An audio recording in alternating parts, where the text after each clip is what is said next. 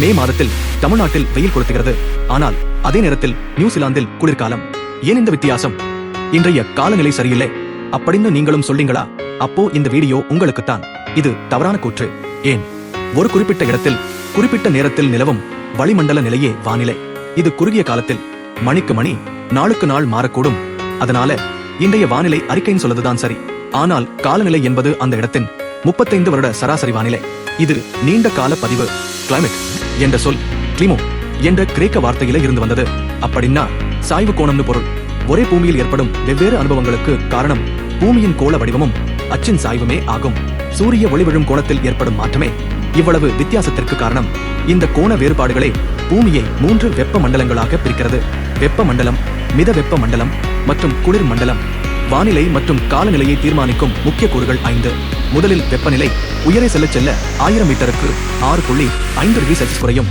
இதை வெப்ப குறைவு வீதம்னு சொல்வோம். அடுத்து மழை பொழிவு. அடுத்து காற்றழுத்தம். கடல் மட்டத்தில் இதன் சராசரி அளவு 1013.25 மில்லிபார். அடுத்து ஈரப்பதம். இறுதியாக காற்று. காற்று எப்போதும் அதிக காற்றழுத்தத்திலிருந்து குறைந்த காற்றழுத்தத்தை நோக்கி வீசும். ஒரு பகுதியின் வானிலை மற்றும் காலநிலையை எவை தீர்மானிக்கின்றன தெரியுமா? சூரிய கதிர்களின் படுகோணம், சூரிய ஒளி கிடைக்கும் நேரம், உயரம், நிலம், நீர் பரவல், மலைத்தொடர்கள், காற்றழுத்தம், காற்று மற்றும் கடல் நீரோட்டங்கள் போன்றவை. வானிலை மற்றும் காலநிலை நமது உணவு, உடை மற்றும் தொழில் போன்ற அனைத்தையும் பாதிக்கிறது. இதனால்தான் வானிலை முன்னறிவிப்பு மிகவும் முக்கியமானது.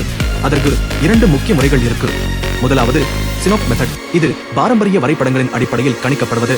இரண்டாவது நியூமெரிக்கல் வெதர் ப்ரெடிக்ஷன். இது சூப்பர் கம்ப்யூட்டர்கள் மற்றும் கணித மாதிரிகளை பயன்படுத்தி துல்லியமாக கணிக்கும் நவீன முறை. அறிவியல் பிரிவுகள். வானிலையியல் மற்றும் காலநிலையியல்.